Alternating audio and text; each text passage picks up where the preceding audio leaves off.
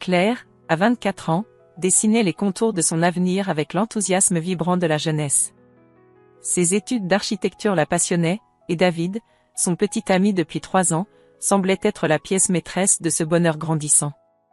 David, avec son charme naturel et son ambition de jeune avocat, parlait d'un futur où leur carrière s'épanouirait en parallèle d'une vie de couple solide. Ils évoquaient souvent, en riant, le nom de leurs futurs enfants, le style de la maison qu'ils rénoveraient. Claire se sentait en sécurité, aimée. Sa sœur cadette, Sophie, 20 ans, plus réservée et parfois un peu perdue, était sa confidente, son ombre joyeuse, malgré leur caractère distinct.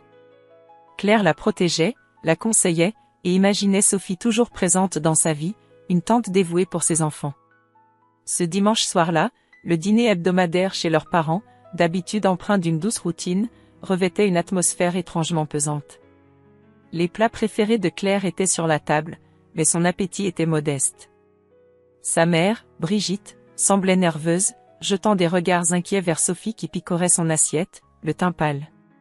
Son père, Jacques, d'ordinaire plus loquace, gardait un silence inhabituel, le front plissé. Claire avait bien remarqué quelques échanges de regards discrets, presque fuyants, entre Sophie et David au cours des dernières semaines, mais elle avait mis cela sur le compte d'une nouvelle complicité, peut-être autour d'une surprise qu'il lui préparait. Quelle ironie amère! Le dessert à peine entamé, Sophie éclata en sanglots silencieux. Les larmes coulaient sur ses joues sans qu'aucun son ne franchisse ses lèvres. « Sophie, ma chérie, qu'est-ce qui t'arrive ?» demanda Brigitte, la voix tremblante. Sophie leva des yeux rougis, embuée de panique. « Il faut que je vous dise quelque chose, » murmura-t-elle, la voix étranglée. « Je suis enceinte. » Un silence de plomb s'abattit sur la table. Claire sentit son cœur s'emballer. « Enceinte ? Sophie ? Si jeune ? » Puis, une vague de tendresse la submergea. Elle allait être tante. « Mais, c'est une nouvelle inattendue, ma puce, » reprit sa mère, tentant un sourire forcé. « Et qui est l'heureux papa ? Quelqu'un que nous connaissons ? » Sophie ne répondit pas. Son regard glissa, comme attiré par un aimant invisible, vers David. David, qui jusqu'alors avait fixé son assiette avec une intensité anormale, releva lentement la tête, le visage fermé. Il ne rencontra pas le regard de Claire, mais celui de Sophie, chargé d'une détresse muette. Claire sentit un frisson glacial lui parcourir l'échine. Une pensée horrible, absurde, commença à germer. « Non. » souffla-t-elle, presque pour elle-même. « Sophie, dis-moi que ce n'est pas. » Sophie baissa la tête, et ses sanglots redoublèrent. « C'est David » lâcha-t-elle dans un souffle à peine audible. Le monde de Claire bascula. Le « non » resta bloqué dans sa gorge, la suffoquant. David ? Son David ? Avec Sophie ? Sa petite sœur ? Les visages autour d'elle se déformèrent. Elle chercha le regard de David, implorant un démenti, un signe que tout cela n'était qu'un cauchemar grotesque. Mais David restait impassible, les traits tirés, évitant ses yeux. Le choc initial laissa place à une colère sourde chez ses parents. Mais contre toute attente, ce ne fut pas David, ni même Sophie, qui en fut la cible principale. Brigitte se tourna vers Claire, le visage durci par une fureur soudaine. « Et toi » siffla-t-elle. « Comment as-tu pu être aussi aveugle ? Aussi égoïste ? Tu étais tellement absorbée par tes études, tes projets, que tu ne voyais même plus l'homme à côté de toi. Tu l'as négligé, Claire. Tu l'as poussé dans les bras de ta sœur. »« Maman, qu'est-ce que tu racontes ?» réussit enfin à articuler Claire, la voix brisée par l'incrédulité et la douleur. « C'est moi la victime ici. » « La victime ?» intervint son père, Jacques, le ton glacial et sans appel. Son regard était dur comme la pierre. « La seule victime ici, c'est Sophie, qui va devoir assumer un enfant à son âge. Et cet enfant aura besoin d'un père, d'une famille unie.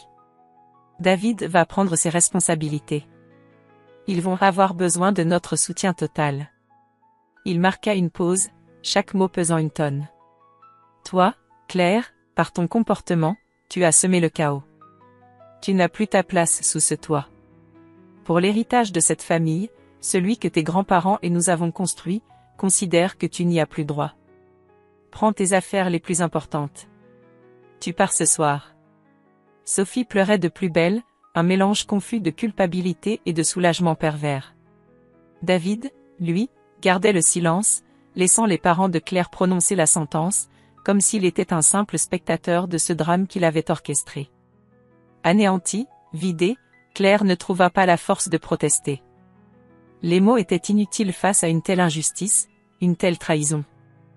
Elle se leva, les jambes tremblantes, monta dans sa chambre sous le regard accusateur de sa mère. Quelques minutes plus tard, un petit sac à la main, elle redescendit. Son père lui tendit ses clés de voiture, évitant son regard. La clé de la maison lui fut retirée avec une froideur administrative.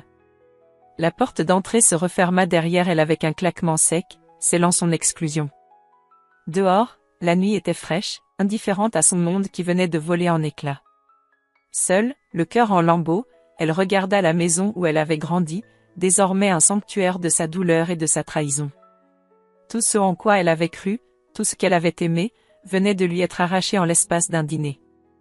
Le mot « pourquoi » tournait en boucle dans son esprit, sans réponse, tandis que les larmes commençaient enfin à couler, chaudes et amères.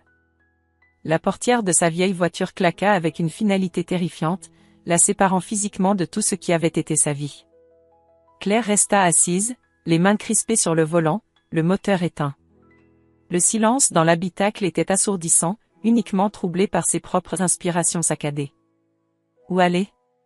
Que faire? Les questions tournaient en boucle dans son esprit engourdi par le choc. Avec le peu d'argent liquide qu'elle avait dans son portefeuille, elle trouva refuge pour la nuit dans un motel impersonnel et défraîchi en périphérie de la ville, l'odeur de désinfectant et de tabac froid lui retournant l'estomac. Le sommeil fut une chimère, peuplée des visages souriants de David et Sophie, transformés en masques grimaçants de trahison. Les jours suivants se fondirent en une brume douloureuse. Chaque matin, la réalité la frappait avec la violence d'un coup de poing. Elle était seule, bannie, dépossédée. Les souvenirs heureux, autrefois source de joie, étaient désormais empoisonnés, chaque éclat de rire partagé avec David, chaque moment de complicité avec Sophie, se tordant en une preuve de sa propre naïveté. Elle tenta d'appeler une amie d'enfance, mais la conversation fut brève, empreinte d'une pitié maladroite qui la blessa plus qu'autre chose. Le message était clair, sa famille avait parlé, et le verdict était tombé. Elle était la paria. La douleur de la trahison était décuplée par ce sentiment d'isolement total. Ses économies d'étudiante fondaient à vue d'œil. La faim commençait à la tenailler, autant que le froid de la solitude. Elle dut se résoudre à vendre quelques affaires personnelles, son ordinateur portable, quelques bijoux sans grande valeur sentimentale mais qui lui permirent de tenir quelques jours de plus. Chaque transaction était une humiliation, un pas de plus vers une précarité qu'elle n'aurait jamais imaginée. Ses études d'architecture lui semblaient appartenir à une autre vie, un rêve lointain et inaccessible. La recherche d'un petit boulot devint son unique objectif. Elle répondit à des annonces pour des postes de serveuse, de vendeuse, essuyant refus sur refus, son manque d'expérience ou son désespoir palpable jouant contre elle. Un après-midi, alors qu'elle sortait d'un énième entretien infructueux, elle l'aperçut. Sophie. Radieuse, le ventre déjà légèrement arrondi, main dans la main avec David. Il riait, choisissant des articles pour bébé dans la vitrine d'une boutique spécialisée. La scène lui transperça le cœur. La haine, pure et brûlante, se mêla à son chagrin, la laissant nauséeuse et tremblante. Ils construisaient leur bonheur sur les ruines de sa vie. Les semaines s'écoulèrent, monotones et grises. Claire avait trouvé une chambre minuscule, à peine meublée, au-dessus d'un bar bruyant. Les odeurs de bière et de friture imprégnaient ses maigres affaires. Elle mangeait peu, souvent le strict minimum. La dépression la guettait, ombre insidieuse. Un soir, alors qu'elle n'avait plus que quelques pièces en poche et que le désespoir menaçait de l'engloutir définitivement, elle se réfugia dans une petite bibliothèque municipale pour échapper au froid de sa chambre. Machinalement, elle feuilletait les pages d'un journal local, la section des petites annonces. Ses yeux tombèrent sur un encart discret, presque perdu entre les offres de services de plomberie et les ventes de voitures d'occasion. L'encre était un peu passée, l'annonce semblait ancienne. Madame Geneviève, projets créatifs et botaniques, recherche assistante polyvalente pour l'aider dans son domaine à la campagne. Logement modeste possible sur place. Curiosité et amour de la nature appréciée. Pas d'expérience spécifique requise, juste bonne volonté et discrétion. Suivez un numéro de téléphone. Projet créatif et botanique?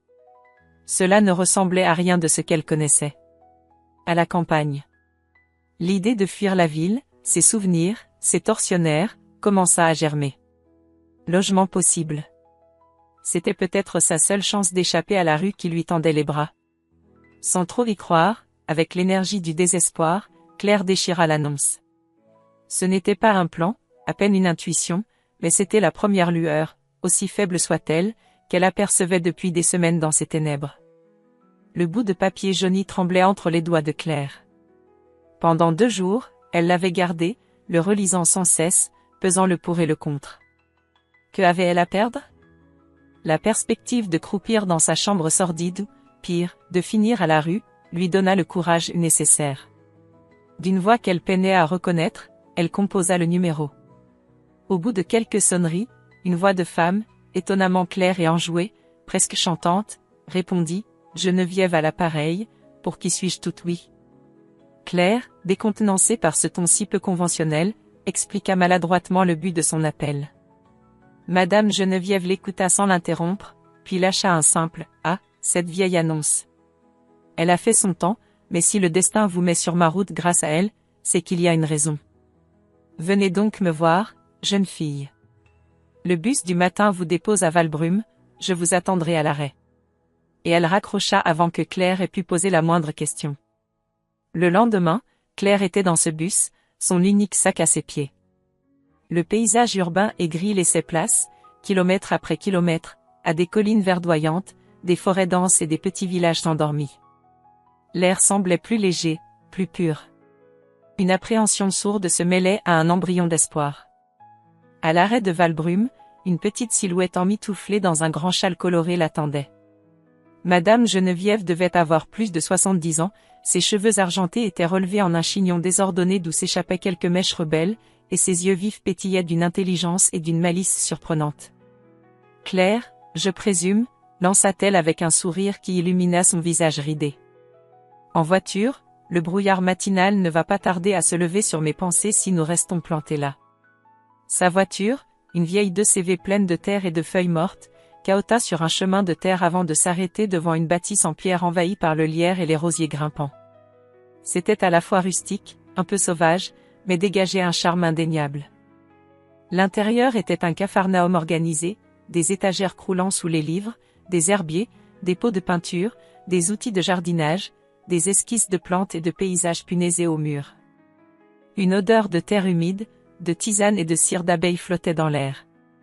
Elle, entretien, fut une simple conversation à bâton rompu, devant une tasse de tisane fumante. Madame Geneviève posa peu de questions sur le passé de Claire, semblant plutôt sonder son âme d'un regard perçant mais bienveillant. Elle parla de ses projets créatifs et botaniques, la culture de plantes médicinales, la création de jardins thématiques, l'organisation de petits ateliers d'aquarelle ou de poterie pour les gens du village. J'ai besoin d'un coup de main, voyez-vous.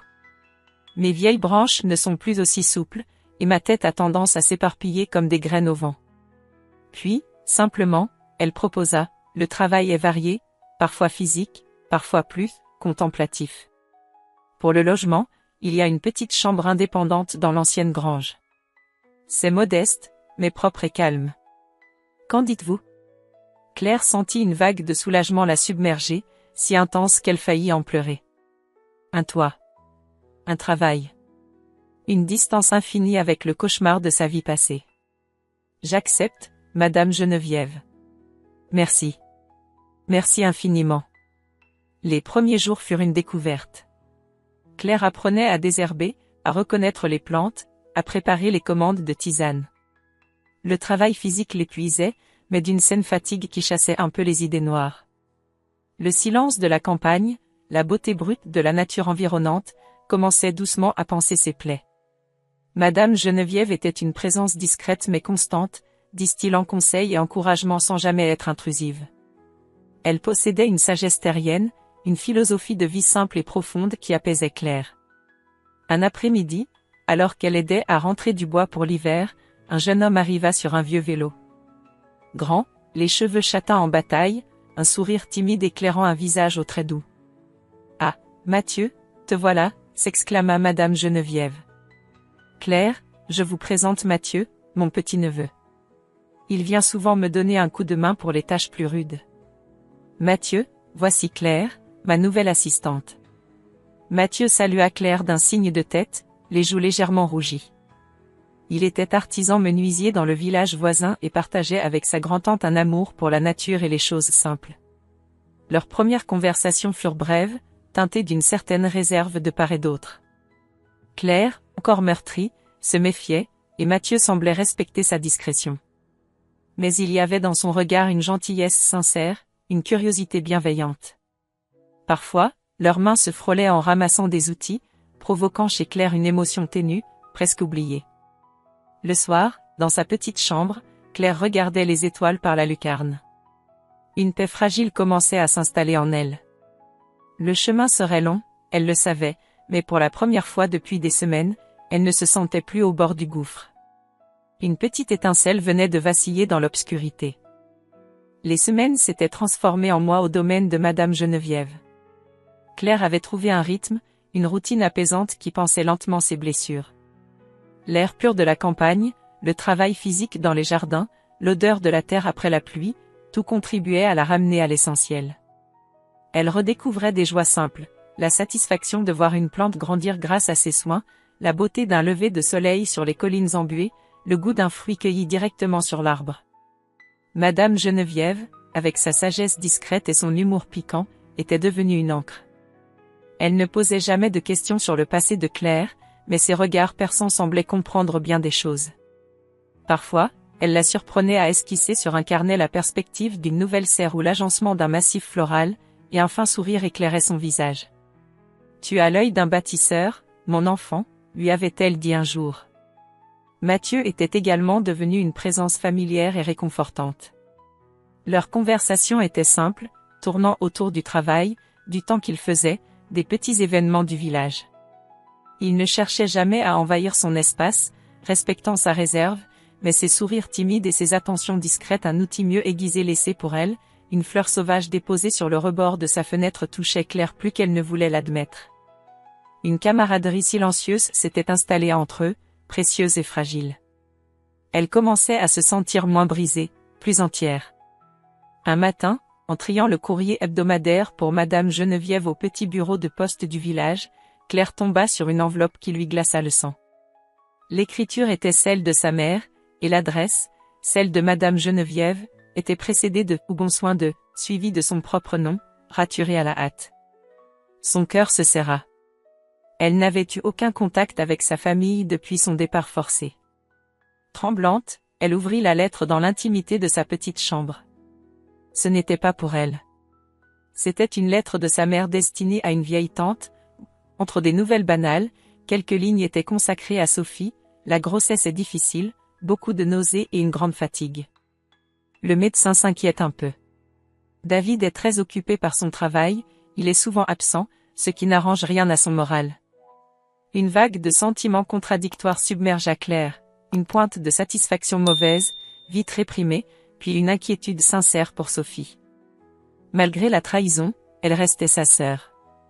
David absent? Cela ne ressemblait pas à l'image du fiancé dévoué qu'il avait voulu projeter.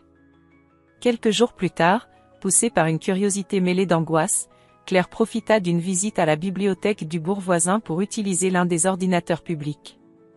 Elle avait besoin de faire des recherches pour un nouveau projet de jardin médicinal de madame Geneviève. Une fois ses recherches botaniques terminées, une impulsion la poussa à taper le nom de David Barrault dans le moteur de recherche. Son profil professionnel apparut rapidement, impeccable, listant ses succès, son cabinet d'avocat prometteur.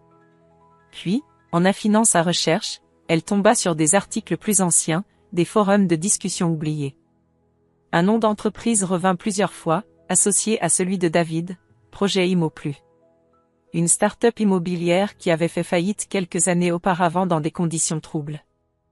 Les commentaires sur les forums étaient acerbes, des investisseurs floués, des partenaires qui se disaient trahis, des accusations de gestion opaque et de dettes dissimulées. Un des commentaires la frappa particulièrement. Barreau? Un beau parleur, un manipulateur de première.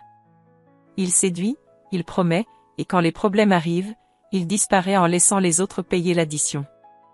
Il cible toujours des gens qui ont de l'argent ou des relations utiles. Claire sentit un vertige. Elle continua à fouiller, découvrant des bribes d'informations sur d'autres projets rapidement abandonnés, d'autres relations qui semblaient s'être terminées brutalement dès que l'intérêt financier de David s'estompait. Une photo, sur un vieux blog presque inactif, le montrait au bras d'une autre jeune femme, quelques années plus tôt, visiblement issue d'un milieu aisé, le sourire radieux. La ressemblance avec sa propre histoire, avec la manière dont il l'avait approchée, elle et sa famille, était troublante. Elle resta figée devant l'écran, les mains tremblantes. Ce n'était pas une simple faiblesse passagère, une erreur de parcours. C'était un schéma, une stratégie. David n'avait pas poussé par elle vers Sophie. Il n'avait jamais aimé ni l'une ni l'autre. Sophie et son enfant, sa famille et leur patrimoine, tout cela n'avait été qu'un moyen d'arriver à ses fins, un investissement calculé. La naïveté de Sophie, la détresse de ses parents, leur aveuglement, tout avait servi son plan. La colère que Claire ressentait n'était plus seulement celle d'une femme trahie, mais celle d'une personne qui découvrait une escroquerie bien plus vaste et plus sombre. Son inquiétude pour Sophie prit une nouvelle dimension, plus urgente, plus alarmante. Sa sœur n'était pas seulement avec un homme infidèle, elle était avec un prédateur. Que devait-elle faire de cette terrible découverte? Le silence la rendrait complice. Mais qui l'écouterait? Les jours qui suivirent sa découverte furent un supplice pour Claire. Les informations qu'elle avait dénichées sur David tournaient en boucle dans son esprit, la privant de sommeil et d'appétit. Chaque scénario qu'elle envisageait pour avertir sa sœur ou ses parents se heurtait au mur de sa propre exclusion. Qui la croirait? Ne risquait-elle pas d'aggraver la situation de Sophie, de la braquer ou de fournir à David de nouvelles munitions pour la manipuler? Le poids de ce secret était écrasant. Un soir, n'y tenant plus, elle se confia à demi-mot à Madame Geneviève, lui montrant, sans entrer dans les détails de sa relation passée, les articles et les commentaires concernant un avocat véreux, qui ressemblait étrangement à celui qui partageait la vie de sa sœur. Madame Geneviève l'écouta avec son calme habituel, ses yeux vifs ne quittant pas ceux de Claire. La vérité, mon enfant, a parfois besoin d'un chemin escarpé pour se révéler, dit-elle simplement après un long silence, en remuant les braises dans la cheminée. Mais une conscience chargée est un fardeau plus lourd à porter que le risque d'être mal comprise. Écoute ton cœur, il sait souvent où se trouve le juste sentier, même s'il est envahi de ronces. Ces paroles, bien que sibyllines, résonnèrent profondément en Claire. Pendant ce temps, à des kilomètres de là, le piège se refermait bel et bien sur Sophie. David, sentant peut-être une résistance ou une méfiance naissante chez sa jeune compagne, avait resserré son emprise. Sous prétexte de la protéger des stress extérieurs nuisibles au bébé, il filtrait ses appels, limitait ses sorties, et critiquait ses anciennes amitiés.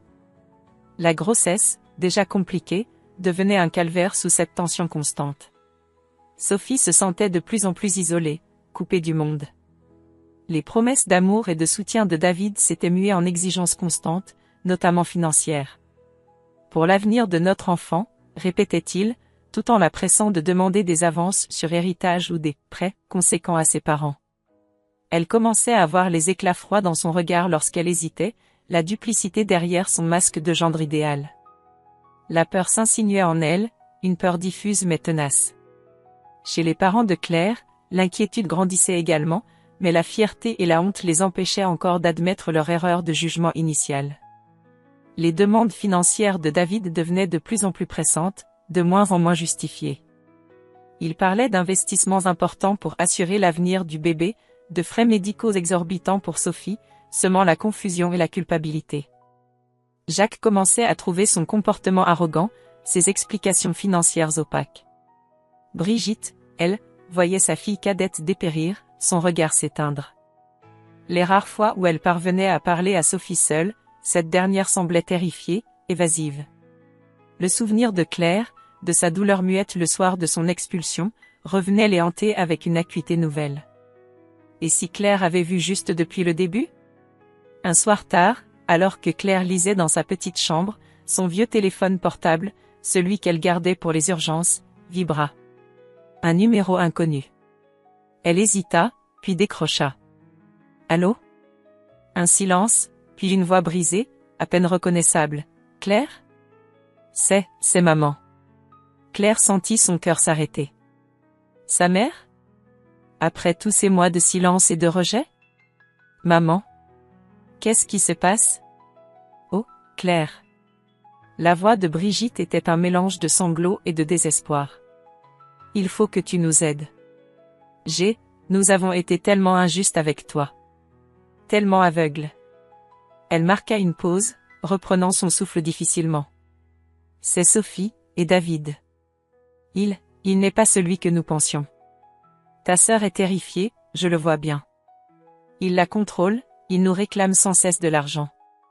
Hier soir, il a exigé que nous vendions la maison de campagne des grands-parents. Il dit que Sophie a besoin de soins spéciaux très chers à l'étranger. Je ne le crois plus, Claire. J'ai peur pour elle, pour le bébé.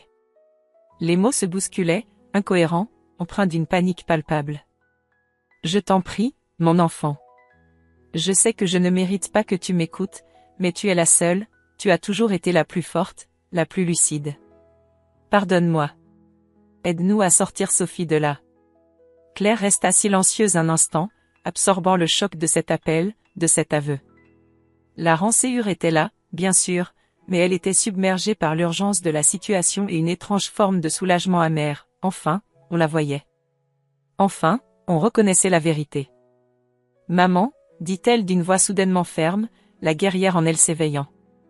Dis-moi tout ce que tu sais. Et ne dis rien à David de cet appel. Une alliance improbable venait de se nouer dans le secret et la peur. Le combat pour la vérité, et pour Sophie, ne faisait que commencer. L'appel de sa mère avait résonné en Claire comme un coup de tonnerre, chassant les derniers vestiges de son apathie. La peur pour Sophie et une étrange poussée d'adrénaline la galvanisaient. Elle passa une nuit blanche, rassemblant les preuves numériques qu'elle avait accumulées contre David, imprimant les articles, les témoignages. Chaque pièce du puzzle renforçait sa conviction, David était un manipulateur dangereux. Au petit matin, elle exposa brièvement la situation à Madame Geneviève. La vieille dame l'écouta, hochant la tête de temps à autre. Le serpent est dans la bergerie, mon enfant, dit-elle simplement. Parfois, il faut du courage pour l'en déloger, même si l'on risque de se faire mordre.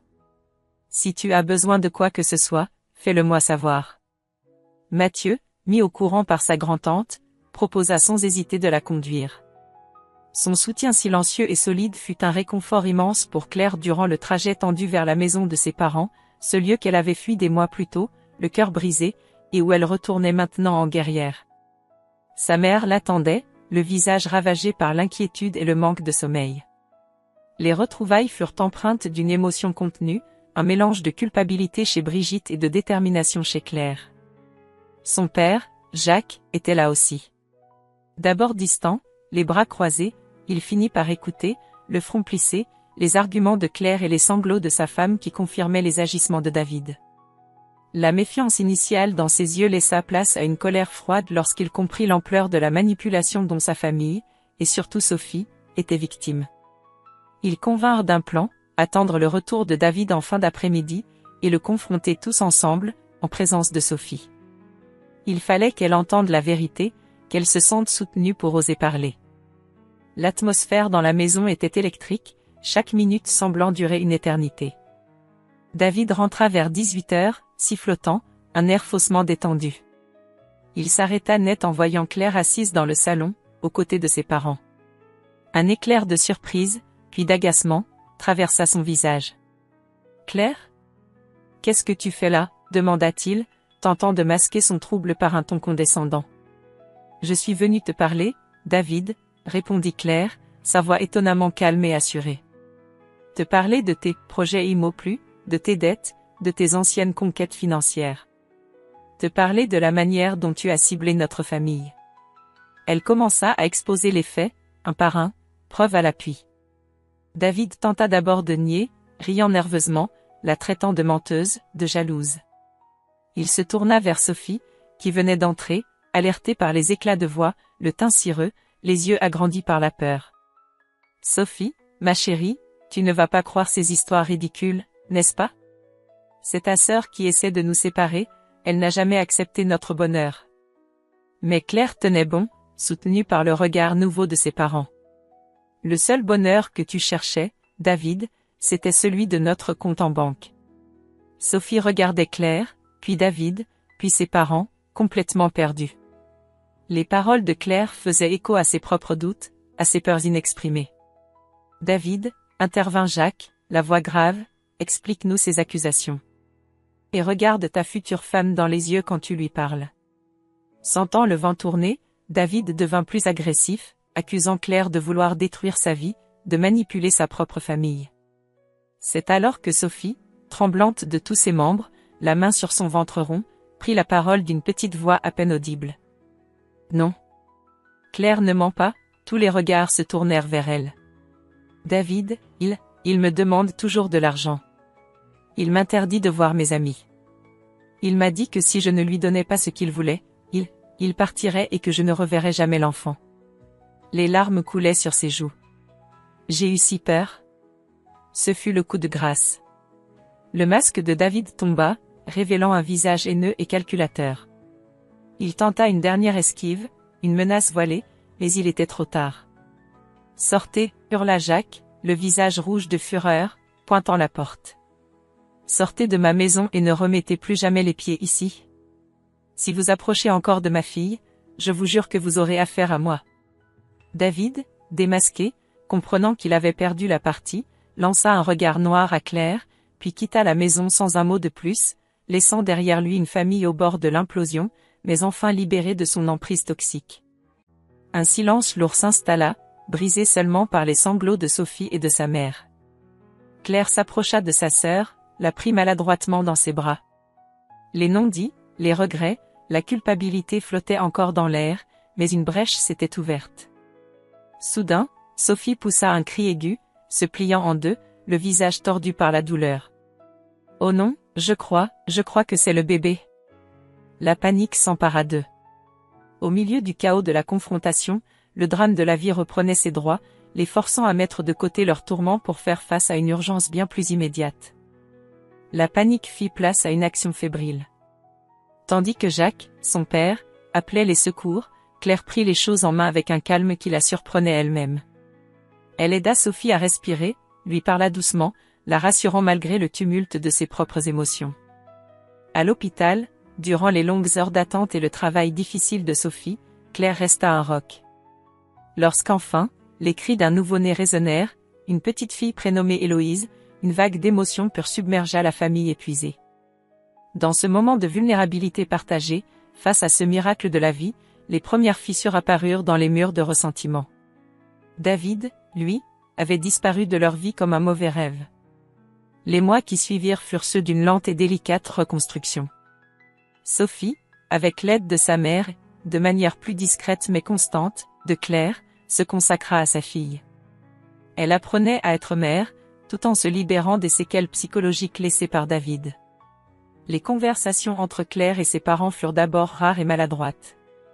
Un soir, Brigitte, sa mère, trouva le courage de lui parler à cœur ouvert.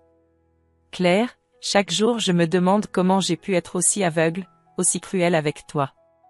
Il n'y a pas de mots pour dire combien je regrette. Si tu peux un jour nous pardonner. » Les larmes coulaient sur son visage. Jacques, son père, plus tard, lui exprima aussi ses profonds remords, reconnaissant sa force et sa droiture. Claire écouta. Le pardon ne vint pas en un instant, mais une porte s'entr'ouvrit. Elle ne revint pas vivre chez eux, mais ses visites devinrent plus fréquentes, plus apaisées. L'héritage, lui dirent-ils un jour, lui avait été pleinement restitué, mais pour Claire, cela avait perdu de son importance. Sa véritable richesse était ailleurs. Après quelques semaines, Claire retourna auprès de Madame Geneviève. Elle n'était plus la même jeune femme brisée. L'épreuve l'avait endurcie, mais aussi révélée à elle-même. Elle se plongea avec une énergie nouvelle dans les projets du domaine. Inspirée par la nature environnante et se souvenant de sa passion première pour l'architecture, elle commença à dessiner des plans pour de petits habitats écologiques, des cabanes d'artistes, des jardins thérapeutiques. Madame Geneviève, voyant son talent refleurir, l'encouragea vivement, lui offrant même un petit lopin de terre sur son domaine pour qu'elle puisse y construire un prototype. Ce projet devint sa passion, son exutoire. Elle y mit toute son âme, son savoir-faire retrouvé et une vision nouvelle, nourrie par son amour de la nature et son désir de créer des lieux de bien-être. Mathieu avait été un témoin discret de sa transformation. Leur amitié s'était approfondie, tissée de respect mutuel et d'une compréhension silencieuse.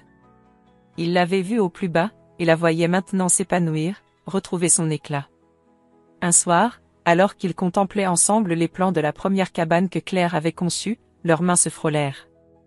Cette fois, Claire ne retira pas la sienne.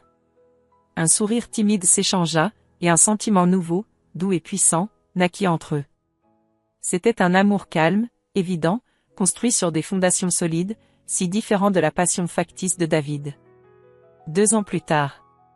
Le soleil de fin d'après-midi illuminait le domaine de Madame Geneviève, qui avait pris des airs de petit paradis.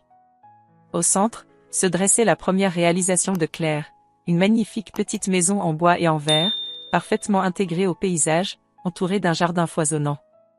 C'était l'inauguration de son entreprise, Harmonie et Habitat, qui connaissait déjà un succès prometteur.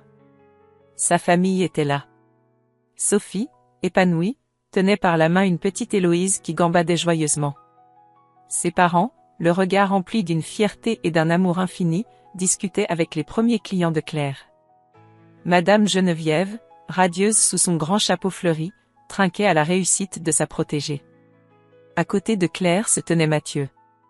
Leurs doigts étaient entrelacés, leurs regards se croisaient avec une tendresse qui disait tout. Il était son partenaire, son soutien, son amour. Claire prit une profonde inspiration, sentant la douce brise caresser son visage. Elle avait traversé la tempête, affronté la trahison la plus vile, mais elle en était sortie plus forte, plus lumineuse. Elle avait reconstruit sa vie, non pas sur les cendres du passé, mais sur les fondations solides de sa propre résilience, de sa créativité et de sa capacité à pardonner, d'abord à elle-même.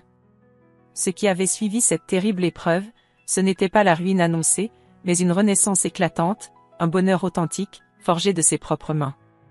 Son avenir était là, devant elle, radieux et plein de promesses, un chef-d'œuvre de sa propre conception.